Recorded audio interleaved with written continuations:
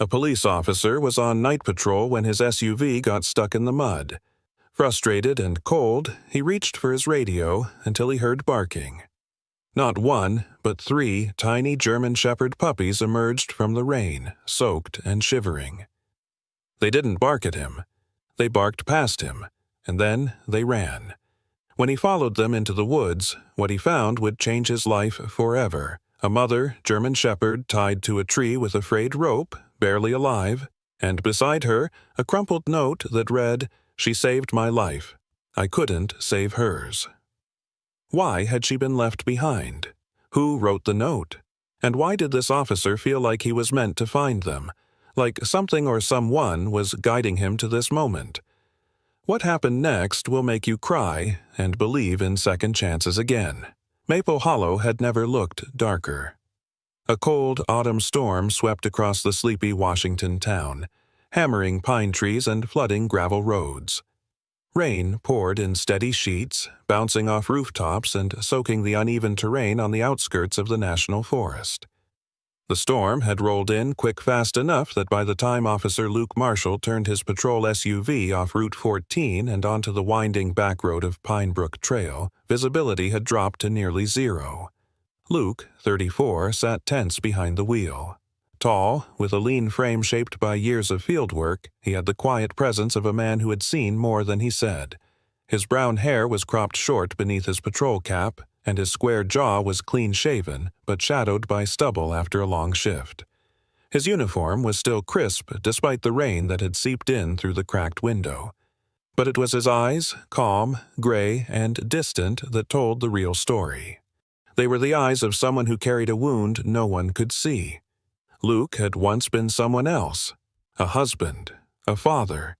But all that had changed 2 years ago in a single night, a drunk driver, a red light, a 3-year-old boy who never made it home. Since then, Luke hadn't let anything close. Not people, not pets, not even himself. He adjusted the wipers. The blades slapped the windshield back and forth, struggling to keep up. Headlights barely cut through the rain. The road dipped slightly, then jolted. The right tire slipped hard into a muddy rut, and the SUV jerked to the side. "Damn it," Luke muttered, shifting into reverse. The engine growled. The tires spun. Mud sprayed in a wide arc behind the vehicle. He tried rocking it forward. Nothing. Another shift. The tires dug deeper. The vehicle wasn't moving. Luke cursed again, grabbed the radio mic clipped to his chest, and pressed the button. "Unit 3 to dispatch. I'm stuck out on Pine Brook Trail, about 2 clicks east of the mill cutoff. Need a tow." A moment passed. Then a familiar voice crackled back through the static. "Copy that, Unit 3. Closest truck's 40 minutes out. County roads are a mess." Luke recognized the voice. Deputy Nate Owens, 26, slim-built and full of nervous energy. Nate was still new on the force and treated Luke with the kind of deference reserved for war heroes and legends, which Luke hated. "Copy," Luke said dryly. "Let me know if it changes." He clipped the mic back and sighed. Outside, the rain beat harder.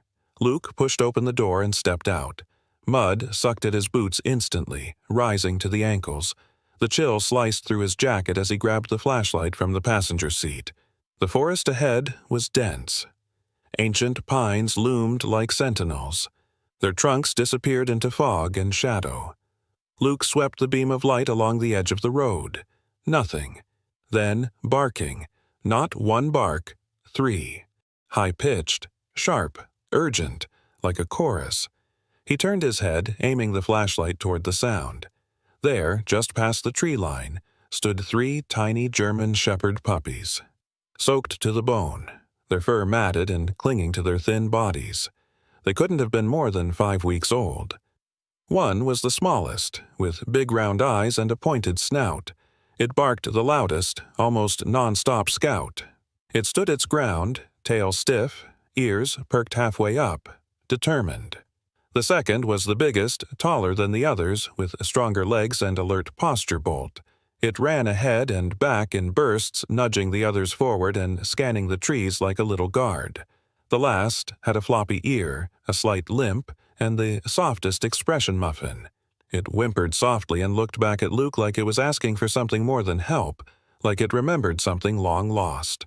All three barked again. Then they turned, bolted into the woods, and stopped. Looked back. Scout barked twice. Bolt pawed at the brush. Muffin gave a low whine and took a few tentative steps toward Luke before turning again. Luke stared, heart suddenly pounding not from fear, but from memory. His son, Danny, used to draw dogs on every scrap of paper. His dream was to have 3: Scout, Bolt, and Muffin. He'd even named them before he ever met them. Luke hadn't thought about those names in months. Now they stood before him, barking, calling. He dropped his gaze, jaw tight. Coincidence? Maybe, but it didn't feel like one. Luke stepped back into the SUV, grabbed the radio again. Unit 3 to dispatch. I've got 3 strays here, possibly dumped. They just ran into the woods. I'm going to investigate. Static. Then Nate's voice. What kind of strays? Puppies, Luke answered. German shepherds. 3 of them, no collars. You're going after puppies in this storm? They barked first. He clicked off the mic. Luke turned toward the woods. Rain filtered through the trees in silver sheets. The ground was a mess of slippery roots and leaf-clogged puddles. He stepped in anyway. The flashlight beam bounced wildly with each step. Mud grabbed at his boots. Branches whipped at his arms. But ahead, just out of reach, 3 puppies danced like shadows. They barked in turns. Scout the loudest. Bolt the furthest ahead. Muffin always glancing back. They weren't lost. They were leading him. And Luke, haunted, heavy, and silent followed, not because he had to, but because somehow he had always been meant to. The rain pressed in heavier now, drumming like fingers on the forest canopy as Luke pushed deeper into the woods, led by 3 barking silhouettes. Scout darted ahead, the smallest of the trio still yipping with frantic urgency. Bolt moved in wide arcs, clearing the path through underbrush with strong, confident strides. Muffin, lagging slightly with her noticeable limp, kept glancing over her shoulder at Luke as if to make sure he was still following. They moved as one, almost rehearsed in their rhythm. Luke could barely believe what he was doing, wading through a wet, uneven woodland trail at night, guided by puppies, but something about it felt right, like he was being pulled toward something long overdue. The beam of his flashlight bounced wildly with each step, casting moving shadows through sheets of rain. Then, through the tangle of brush, he caught a shape. Still, low to the ground. It wasn't a log. It was breathing. Luke slowed as the puppies broke into a run and yipped louder. They swarmed toward the figure, a full-grown German shepherd lying at the base of a twisted cedar tree, barely lifting her head as her pups circled her. She was beautiful, even in her exhausted state. Thick sable fur dulled by mud and rain. Her left ear stood alert, but her right was bent at the tip. Her frame was lean, but clearly malnourished. Her hind leg bore a raw patch, red and swollen, where the rope around her had rubbed her skin raw. Shadow. Even before he knew her name, that's what Luke felt. The dog's amber eyes fixed on him as he approached slowly, and though she gave a low growl, there was no aggression, only fear and fatigue. Her body trembled but did not rise. She was tethered to the base of the tree with a frayed length of blue nylon rope, once used for camping gear. Luke's flashlight followed the rope to a crumpled object beside her, an old plastic grocery bag weighed down with stones. Tucked halfway beneath it was a folded piece of paper. Luke crouched slowly, palms open in front of him. "I'm not here to hurt you," he murmured, his voice low and steady. Muffin was the first to move. The smallest, most injured of the trio, she stepped between Luke and her mother, looked back at both of them, then took a few careful steps toward Luke. She sniffed his outstretched hand.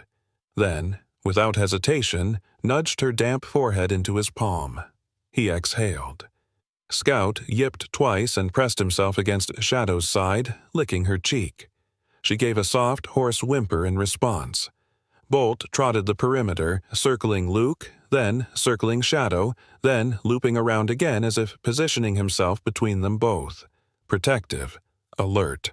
He was acting like a sentry. Luke took that as permission. He leaned in and picked up the folded note, careful not to disturb Shadow's tether or posture. The paper was damp at the edges but still legible, written in rushed, slanted print. "She saved my life. I couldn't save hers. I'm sorry." Luke stared at it longer than necessary. Not just because of the words, but because of the weight behind them. Someone had left her here.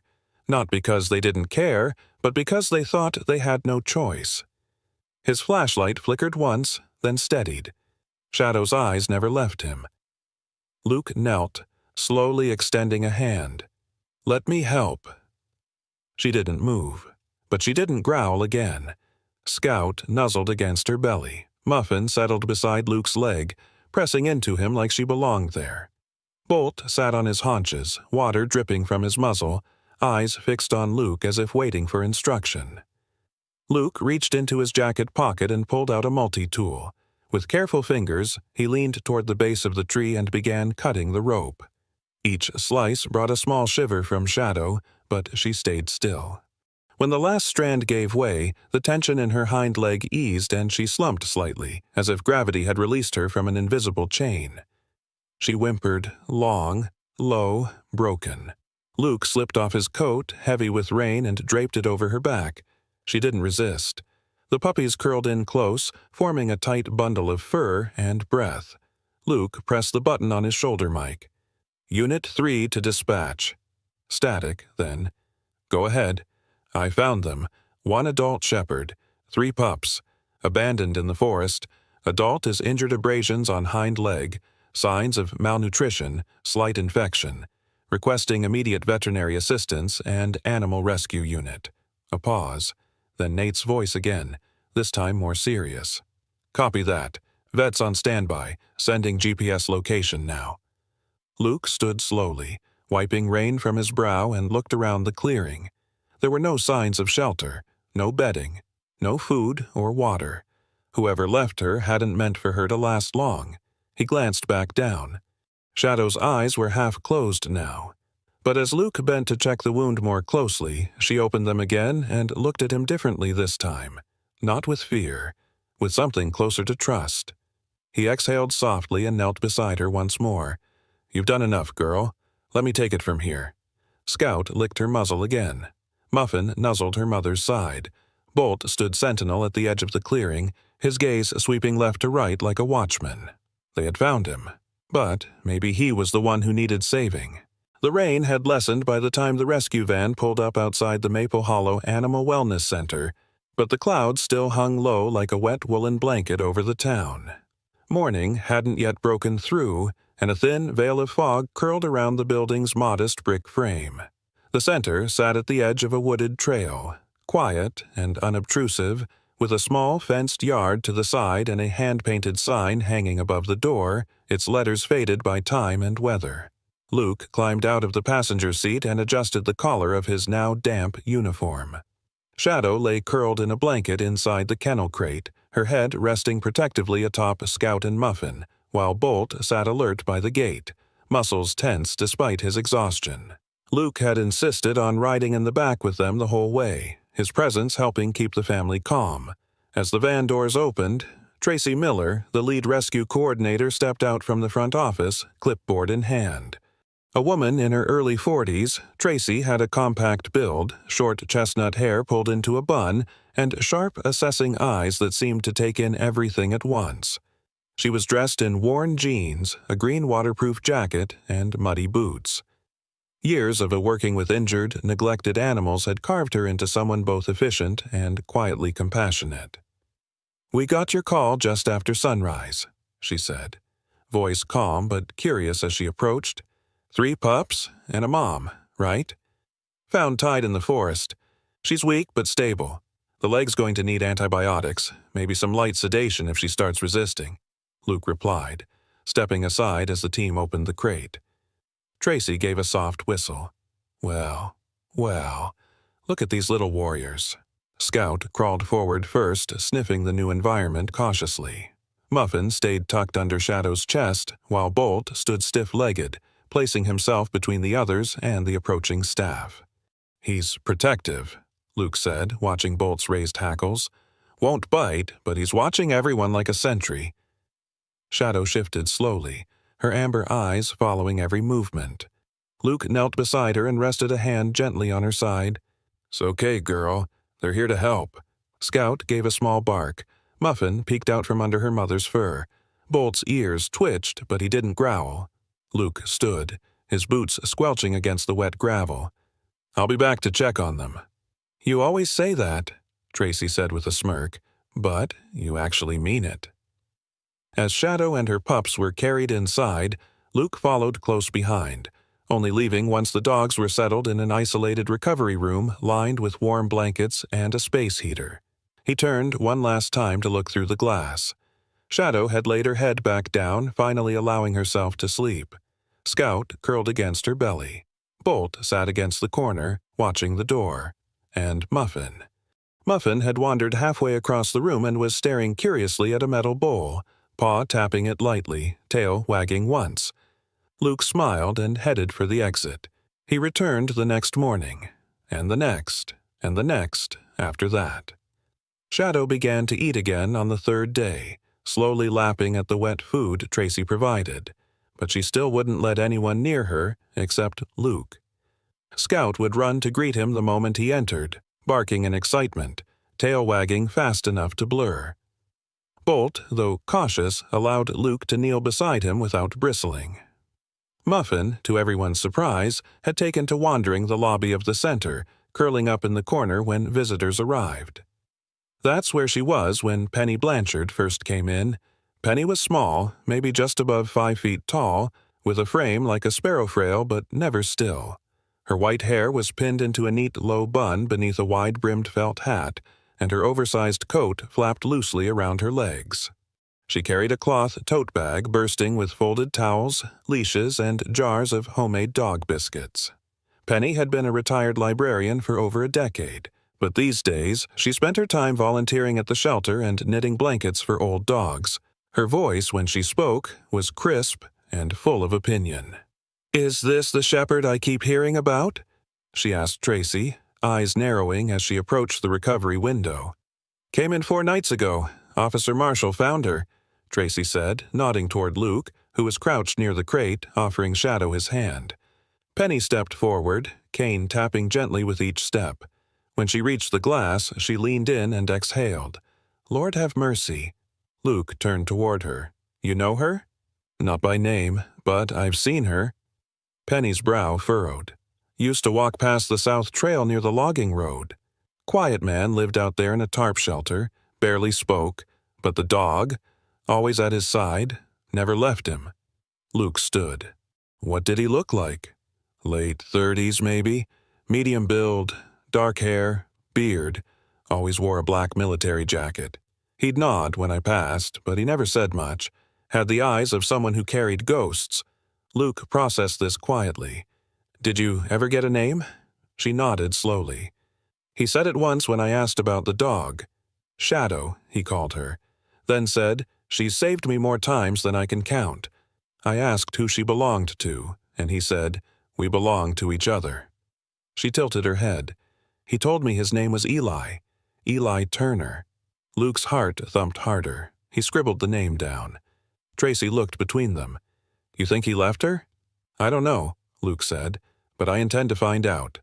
As Penny moved closer to the window, Muffin padded over from her corner and gently sat beside her. The older woman looked down, surprised. "Well, aren't you the polite one?" Tracy chuckled.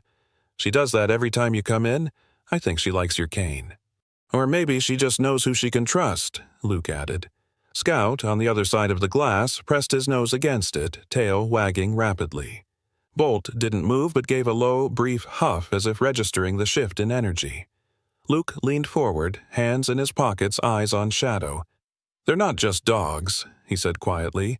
"They're trained. You can see it how they move, how they respond." Tracy nodded slowly. "Looks like someone taught them more than just tricks." Or maybe, Penny said softly, they learned it by watching someone survive. Luke didn't reply. His eyes were fixed on Shadow's, and hers, for the first time, didn't look away. The morning after Penny's revelation was draped in a gray stillness.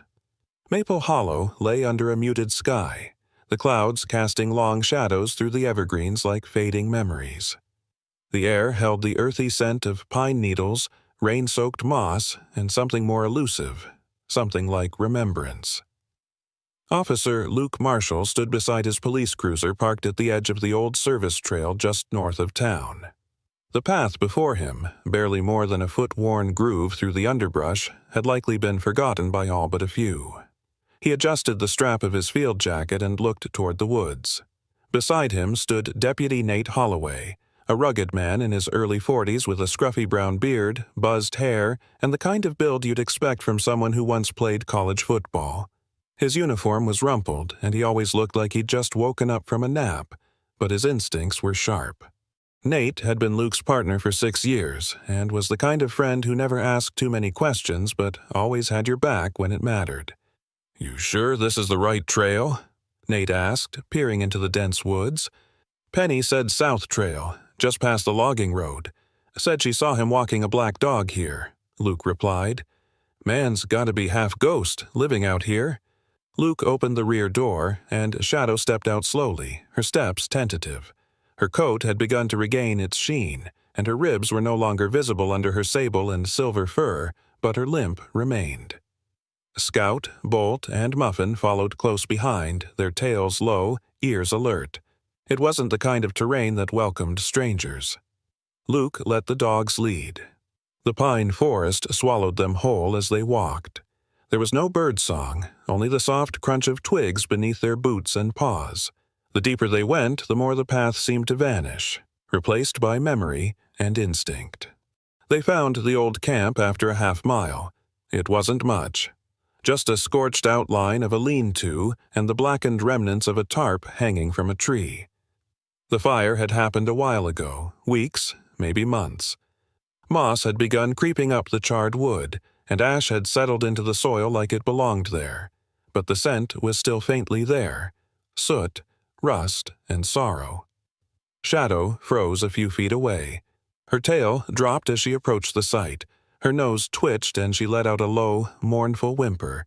Then, without warning, she lay down near the center of the debris, her head resting on the burned soil. Luke knelt beside her, brushing soot away from a half-buried tin can. Inside was nothing but rust. But Scout, the smallest pup with the most energy, began pawing at the far corner where the edge of the tarp still clung to the ground. Luke moved toward the spot, followed by Nate. "Got something?" Nate asked. Scout barked once, then dug frantically with his front paws. Luke helped, brushing away leaves and dirt until he uncovered a dented metal tin wedged between two stones. Inside, wrapped in a waterproof cloth, was a folded piece of paper and a dog tag. The name, Turner, E. Luke unfolded the paper. The ink had faded slightly, but the handwriting was neat. "If someone finds this, I'm sorry I had to leave her behind. Shadow saved me when no one else would. If I'm gone, please take care of her. There's a place I marked. Maybe it's where I'll go, if I make it. Eli." Taped to the back of the letter was a torn corner of a map, with a red X scrawled in the corner of a region Luke vaguely recognized just northeast of the creek trails past Bear Hollow. "Well, damn," Nate muttered. "He might still be alive." "Or was," Luke replied softly, eyes tracing the ink with quiet reverence. Either way, he loved her. As they were examining the letter, Bolt barked sharply near the old fire pit. Luke turned. Bolt had dug up something beneath a burnt backpack and olive green sleeve, the fabric military issue, torn and singed. The name stitched into it, Turner. Luke held the fragment in his hand. It was proof not just of identity, but of loss. Or maybe not yet. He glanced toward Shadow. She was still lying in place, nose pressed against the ashes. Then, as if guided by some deep recognition, she rose, padded over to the backpack and sniffed the fabric. A soft, keening sound escaped her throat as she pressed her head against it. "She knows," Nate said, voice low. "She remembers," Luke corrected. Then he stood. "We need to check that marked location. He might be out there." Nate nodded. "I'll file the report. But you're really going out there?" Luke's eyes never left Shadow. "Yeah, not just for her, for him, too." As they packed up, Muffin trotted over to Nate and sat by his boot, tail thumping once. She looked up with those dark, thoughtful eyes that always made her seem older than her months. "You've made a friend," Luke smirked. Nate rolled his eyes. "Great. Now I've got a limp dog shadowing me. Guess we're bonded now." Back at the cruiser, Luke secured the note and fabric into an evidence pouch. He gave Scout an approving pat, then tousled Muffin's ear. Bolt stood beside the rear door, watching the woods like a sentinel once more. Shadow lingered. She gave one final look toward the remains of the camp, then walked slowly to the car and stepped inside without hesitation. She had said goodbye, but not to forget. To continue. The next morning in Maple Hollow was painted with hues of gray and gold, the sky breaking open to let sunlight spill softly through the trees. The rain had passed, but the air still carried the scent of wet bark and hope barely held together. Officer Luke Marshall sat behind the wheel of his cruiser, engine humming low as he pulled into the narrow parking lot of a weathered brick building on Pine Street.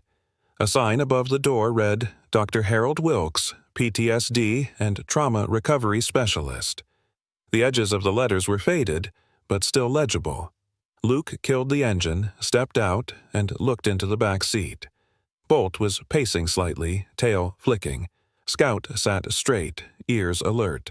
Muffin lay curled but opened one eye as Luke closed the car door. Shadow remained calm, her gaze fixed on the building. She didn't whine, she didn't growl, she knew. Inside, the waiting room smelled faintly of chamomile and dust. The chairs were mismatched, a mix of leather and tweed, and on one wall hung a framed quote, "What cannot be said will be wept." Luke stood quietly by the desk until the receptionist, a young woman with tired eyes and an oversized cardigan, looked up. "Officer Marshall?" she asked softly. Luke nodded. "I called earlier. I'm here about a patient you treated, Eli Turner." She hesitated, then gestured toward the hallway. "Dr. Wilkes is expecting you." The office was simple, but full of character. Bookshelves lined the back wall, sagging under the weight of worn medical texts and memoirs. A large window spilled light onto a patterned rug. Behind a wide oak desk sat Dr. Harold Wilkes, a man in his early 60s with steel-gray hair combed back, deep-set blue eyes, and thick-rimmed glasses perched low on his nose. His sweater vest and polished shoes made him look more like a retired professor than a trauma specialist. "Come in, officer," he said, gesturing toward the chair opposite. "You've come about Eli." Luke sat. "Yes, sir. You treated him?" "I did, for 4 years. Army Ranger, 2 tours. Came back with more ghosts than medals." The doctor sighed, folding his hands. "He didn't trust many people, but he talked about the dog." "Shadow?" Dr. Wilkes nodded slowly. "She was more than a service dog. He called her his living medicine. Said her heartbeat was the only thing that could pull him out of the fire." Luke glanced toward the hallway. "I have her. She's alive and her pups. I think he left them for someone to find." At that, Wilkes leaned forward. "Then you have more of Eli left than I ever expected. He hadn't come in for over a year. I feared the worst."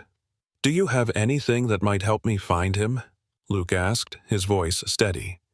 Dr. Wilkes stood, walked over to a filing cabinet, and began thumbing through folders with surprising speed for his age. He pulled one out, stamped with Turner, E. The folder was thin, but inside were handwritten notes, a few typed assessments, and something unusual, a bundle of loose paper tied with twine. "I kept his letters. He never mailed most of them. Said the words only made sense when they stayed on paper." He handed Luke the bundle. As Luke set the folder on the desk, Bolt, who had been exploring the office beside Muffin, stood on his hind legs and pawed at the table. His movement knocked over a stack of papers, scattering them across the floor. Luke crouched quickly to gather them. Scout, ever the vigilant one, trotted over, nose twitching as he sniffed each page. When his nose touched a yellowed envelope tucked between sheets, he froze. His ears perked up. Then he barked once sharp, decisive. Luke blinked. "What is it, boy?" He pulled the envelope free. It was worn, slightly stained, addressed in messy scrawl, "To whom she trusts, if you find her." Inside was a single sheet. On it was a name and a number. L. Darnell, 509-632-1402. There was no address, just a brief line at the bottom, written as if by shaking hands. "She saved my life. I couldn't save hers, but maybe someone else still can." Luke folded the paper gently. This might be it. Dr. Wilkes watched quietly. "Sometimes they leave clues not for others, but for those who understand." Luke nodded. He knew she'd be found. "And he knew the right person would listen," the doctor added. Outside, Shadow waited at the door. Her eyes locked with Luke's the moment he stepped into the sun. She didn't move, only blinked slowly, as if to say, "I remember too." They drove back toward the edge of town. The roads were still damp, reflecting slivers of light. In the passenger seat, the letter rested on Luke's thigh.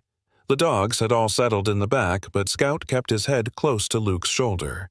Muffin's soft whine came just as the car rolled to a stop at a quiet overlook. The town stretched below, quiet and distant. Luke looked at the number again. Eastern Washington. A long drive. Maybe longer than a drive, but now there was a thread. A name. A number. A truth waiting on the other end. As the sun dipped behind the hills, Bolt gave a single low bark, then went silent again. Shadow, in the rear, let out a soft, almost inaudible sigh. Luke didn't know if dogs could understand destiny, but he knew they understood something deeper than humans often dared to reach. He picked up his phone. It was time to make the call. The sun hung low behind the gray mist blanketing the outskirts of Hollow Creek, a faded neighboring town where industry had fled and memories lingered like rust on every surface. Luke Marshall parked the cruiser at the end of an overgrown gravel path where a decaying bus stop stood beside a silent road. No buses had passed here in years.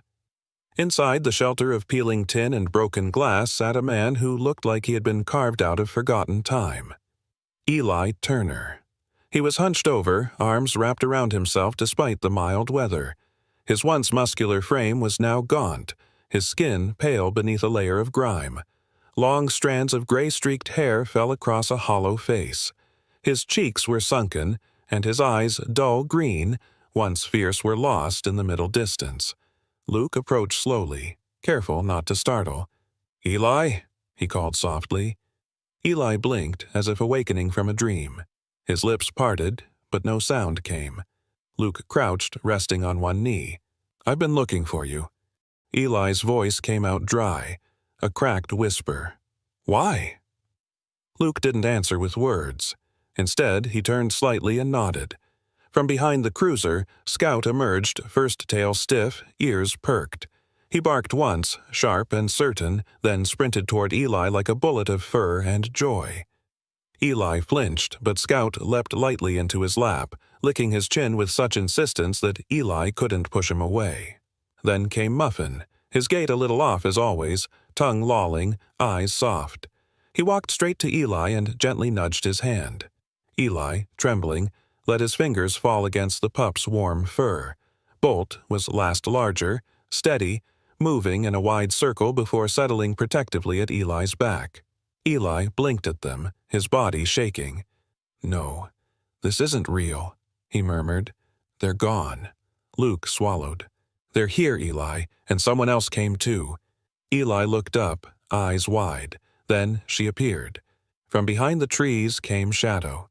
She moved slowly, with a limping grace, her silver-streaked sable coat dulled by time, but her eyes, those deep, alert eyes, locked onto Eli as if time hadn't passed at all. Eli's breath hitched. His mouth opened. "No!" he gasped. "I let her go. I had to—" Shadow stopped a few feet away, unsure. "I was afraid," Eli whispered. His voice cracked like something breaking open. "I thought I'd hurt her. That night I blacked out. I screamed and she wouldn't leave. I was shaking so hard I couldn't breathe. I thought if she stayed, I'd lose her too." He dropped to his knees. "I tied her to that tree," he confessed, barely audible. "Left a note. I thought someone would find her before the rain did. I walked away because I loved her too much to destroy her." Shadow stepped forward. She pressed her muzzle into his chest. Eli crumpled, arms folding around her neck. The sob that came from him was raw and wordless, like an old wound finally letting go of its infection. Scout yipped and burrowed into the hug. Muffin rested his chin on Eli's knee. Bolt sat nearby, unmoving like a sentry. No one spoke. Not Luke, not Eli. It wasn't needed. The silence between man and dog was thick with forgiveness. Luke stood back, letting the family knit itself back together. It was raining gently now, the kind of rain that doesn't chill but soothes, washing away grime and pain alike. The clouds above Hollow Creek parted ever so slightly, allowing a single shaft of golden light to stretch across the earth. Later, as Luke guided Eli into the cruiser, Eli paused. "Do you think," he asked, "there's such a thing as redemption that comes on 4 legs?" Luke smiled. "I think sometimes it's the only kind that sticks." The early morning light crept through the trees like golden silk threading its way between pine needles and dew-soaked grass. The clouds had lifted over Maple Hollow, revealing a crisp blue sky that smelled of promise. Just outside the town's modest animal rescue shelter, a renovated barn turned haven life had started to reshape itself, piece by quiet piece. Eli Turner stood beneath the overhang, the morning sun glinting off his short-cropped silver hair. He had trimmed his beard, cleaned up, and though the haunted edge in his eyes hadn't entirely disappeared, there was a stillness in him now, a man no longer drifting. He wore a soft gray hoodie and worn jeans, his boots muddy from the paddock. His posture had changed too, less curled in, more rooted. In one hand he held a red whistle, in the other a clipboard scribbled with routines. He looked every bit the trainer he once was before his silence took over. Across the open training field, Luke Marshall leaned on the fence, arms crossed, a quiet grin on his face. "You look good out there," he called. Eli nodded. "I feel steady." It had been nearly a month since Luke had brought him back to town. Slowly, patiently, Luke and the dogs, especially Shadow, had become his anchors. But it wasn't until the day Scout had calmly walked beside a trembling, nonverbal boy visiting the shelter that something inside Eli clicked. That moment sparked a vision. Luke helped bring it to life. The Veterans and Canine Companions program now had its first official Class A handful of dogs, a few veterans from surrounding towns, and a grant from the county. The program was built on the belief that healing didn't have to be solitary, and that sometimes salvation walked on 4 legs. Shadow, now 12 years old, lay under the shade of a maple tree. Her sable and silver coat had begun to lose its luster, but her presence still carried a calm authority. She didn't bark much these days. She didn't need to. Just her presence was enough to keep the pups in line and the humans grounded. A small crowd had gathered on the field for the day's session, 2 war veterans in their late 30s, a teenage boy with PTSD from a house fire, and a woman named Denise, a quiet soul recovering from domestic trauma. She was tall, thin, with copper-red hair tied tightly at the nape of her neck. Her pale blue eyes darted around nervously, and she flinched at sudden noises. But today, she was smiling faintly, seated cross-legged beside Scout. Scout had chosen her.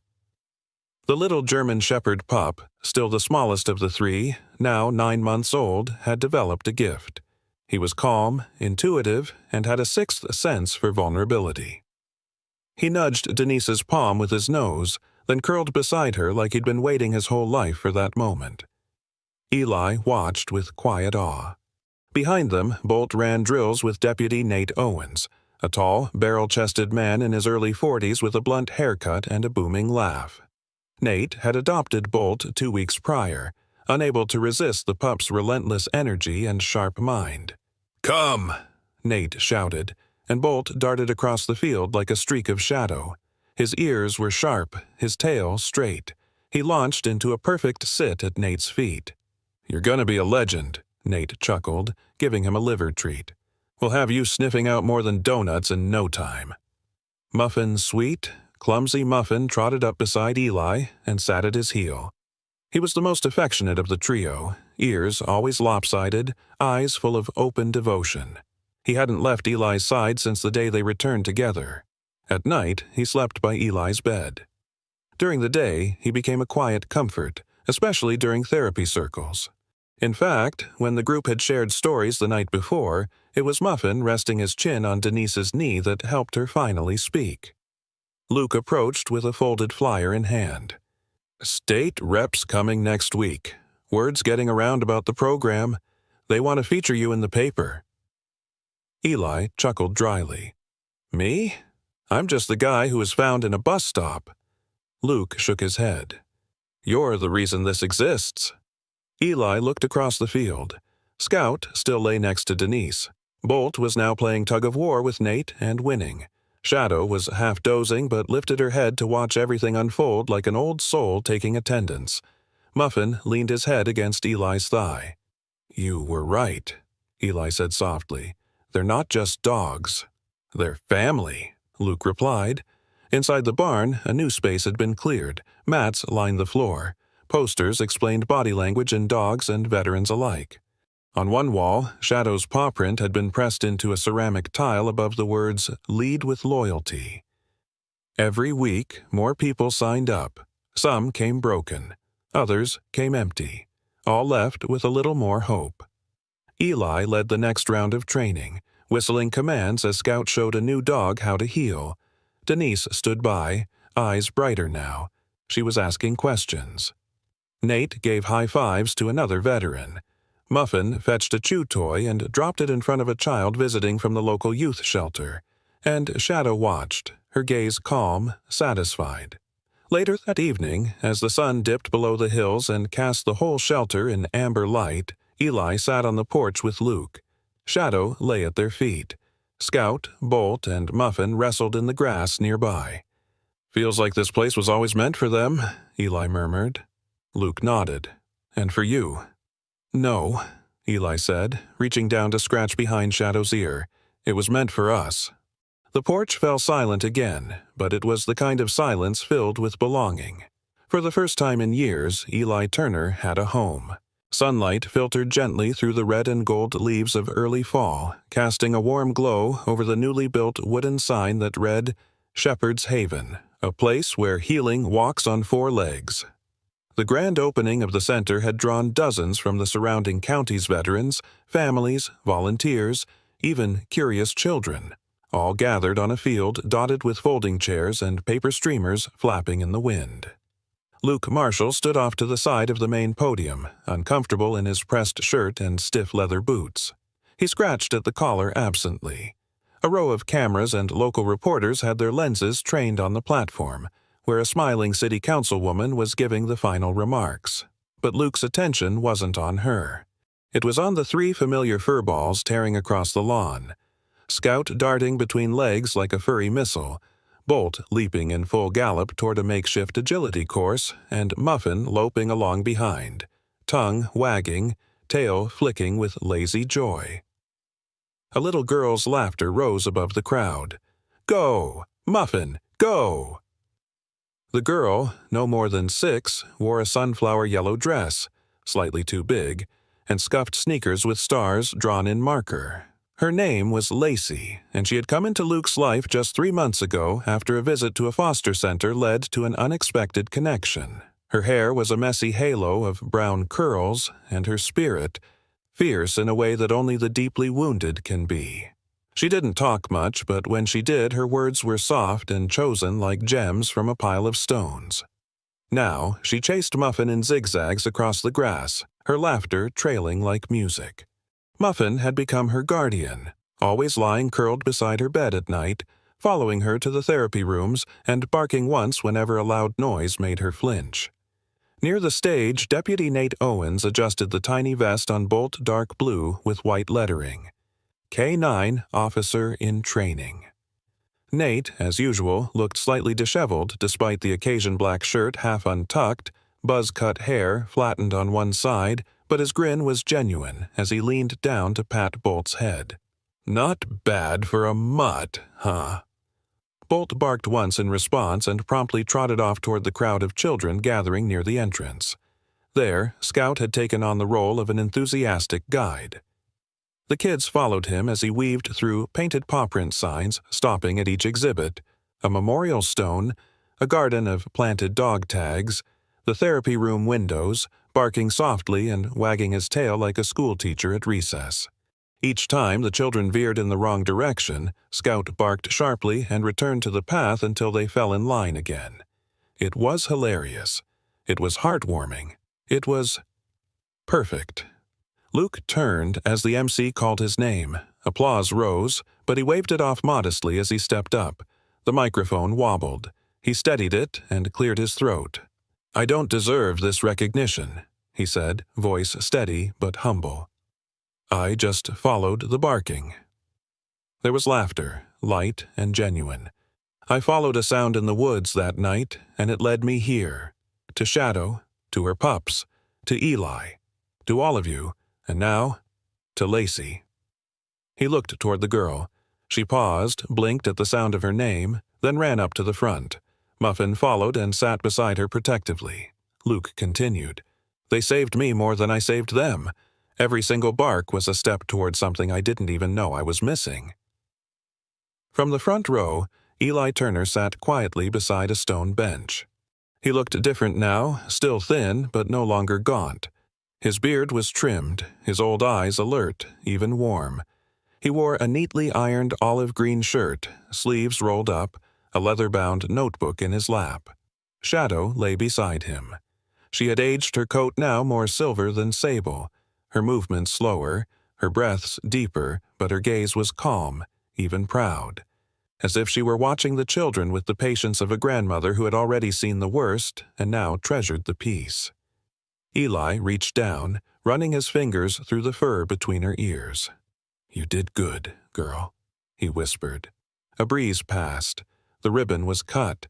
The building behind the crowd-low wooden beams, wide porches, sunlit windows, opened its doors.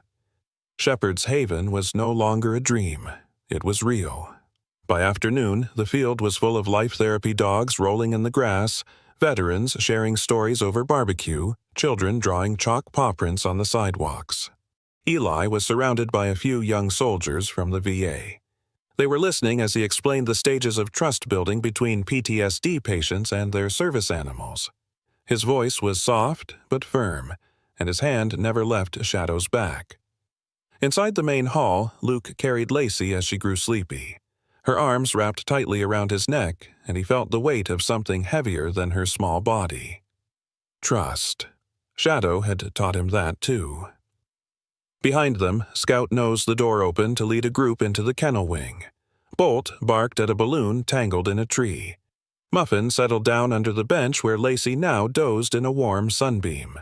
As dusk crept across the field, casting gold across the wooden sign, Luke stood near the fence line. He looked out over the hills. Behind him he heard a soft bark. He turned. Shadow was there. She didn't move, just sat beside Eli, who now closed his notebook and looked up. Their eyes met. No words, just a nod. A bark had led them all here. And, for the first time in years, every step had a place to return to. Sometimes God's miracles don't come with thunder or lightning. They arrive on quiet paws, in the bark of a forgotten dog, or the gentle touch of a child who has lost everything but still dares to hope. In this story, a broken soldier, an abandoned dog, and a little girl found each other not by chance, but by grace. They remind us that healing often begins when we stop running from pain and start listening, to the bark, to the whisper, to the still small voice that says you are not alone. So, if you've ever felt forgotten, or, like your past defines you, remember this. God is still writing your story, and He might send you help in the form of fur, scars, or even a stranger's kindness. If this story touched your heart, please share it, leave a comment, and subscribe for more stories of hope and healing. Type Amen in the comments if you believe that even the lost can be found and that God works in mysterious, beautiful ways. May God bless you and your loved ones today.